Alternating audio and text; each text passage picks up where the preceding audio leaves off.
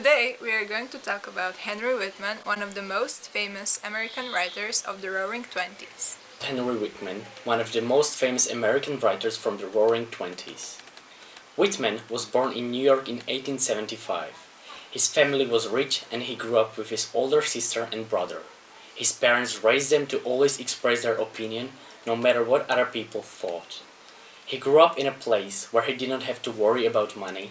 His father, Tom Whitman, was a famous banker on the Wall Street and led his sons to be interested in the current political situation. His mother Lorraine, coming from a well-known aristocratic origin Harrington, loved her children and together with her husband, they raised their kids to always express their opinion, even when other people would not agree with them.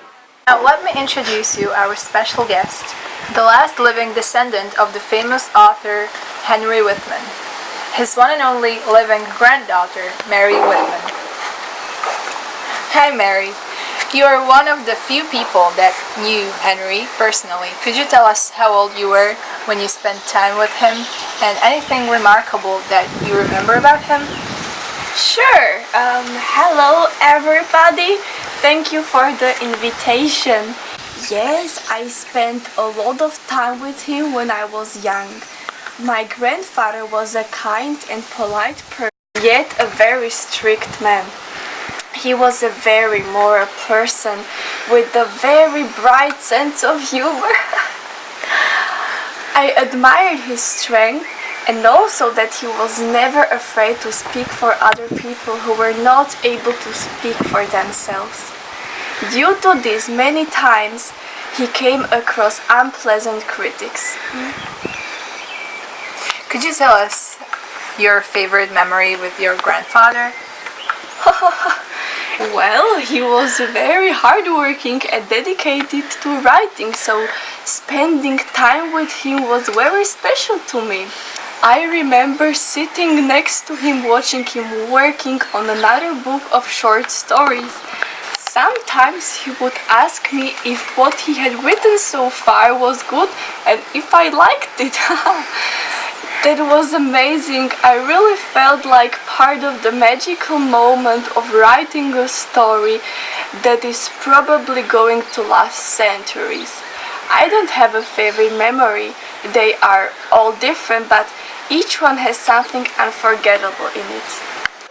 Thank you for coming here and telling us something more about your famous grandfather. Thank you very much. You're welcome, my dear.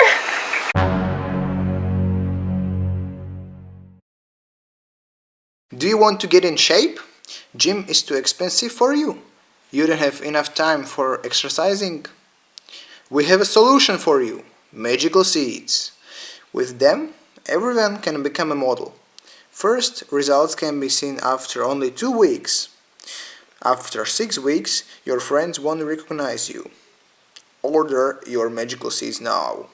500 grams only for $17.99.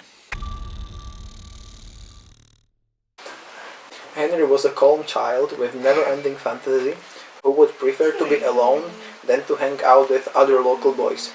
He always loved reading books and creating his own stories. He even attended poetry club and spent most of his days in library. There is no data about his relationship with his siblings. Due to his father's wealth, he did not have to attend military services, so he continued to study at Harvard. He had more time to practice writing skills and make opinions about controversial topics. His father's wealth and Henry's desire to become a famous writer brought him to Harvard, from which he graduated in 1900 and received a degree in English.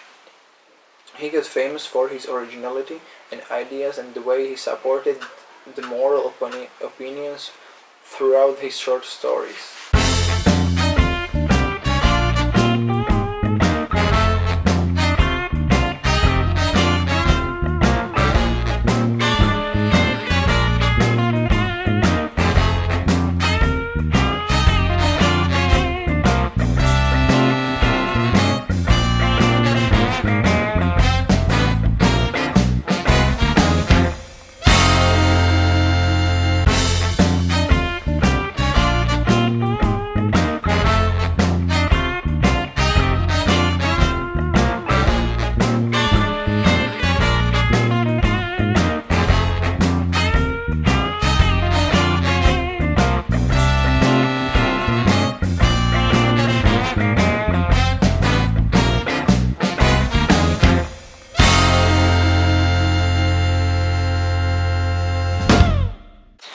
Roaring Twenties was a period of time in which Americans wanted to enjoy their prosperity and themselves, technological advances, and the new labor-saving inventions. This perfect-looking, all glitz and glamour age also had its dark side, which was a big part of the lives of aristocrats and of other people. It was the age of bootlegging, Ku Klux Klan, and American Dream. Henry Whitman concentrated on these topics, which were so familiar to the people living in that era, even though they did not want to admit it. He specialized on criticizing their habits, the style of living, and how they treated themselves and other people in order to achieve their American dream. Henry wrote stories with his unique and exquisite style, which people admire even after 100 years. He rarely used the first-person narrative, and his stories were brief but complex at the same time, so they were understandable to average people. But more advanced readers could find the symbology hidden between the lines. Therefore, he displays as an ideal writer.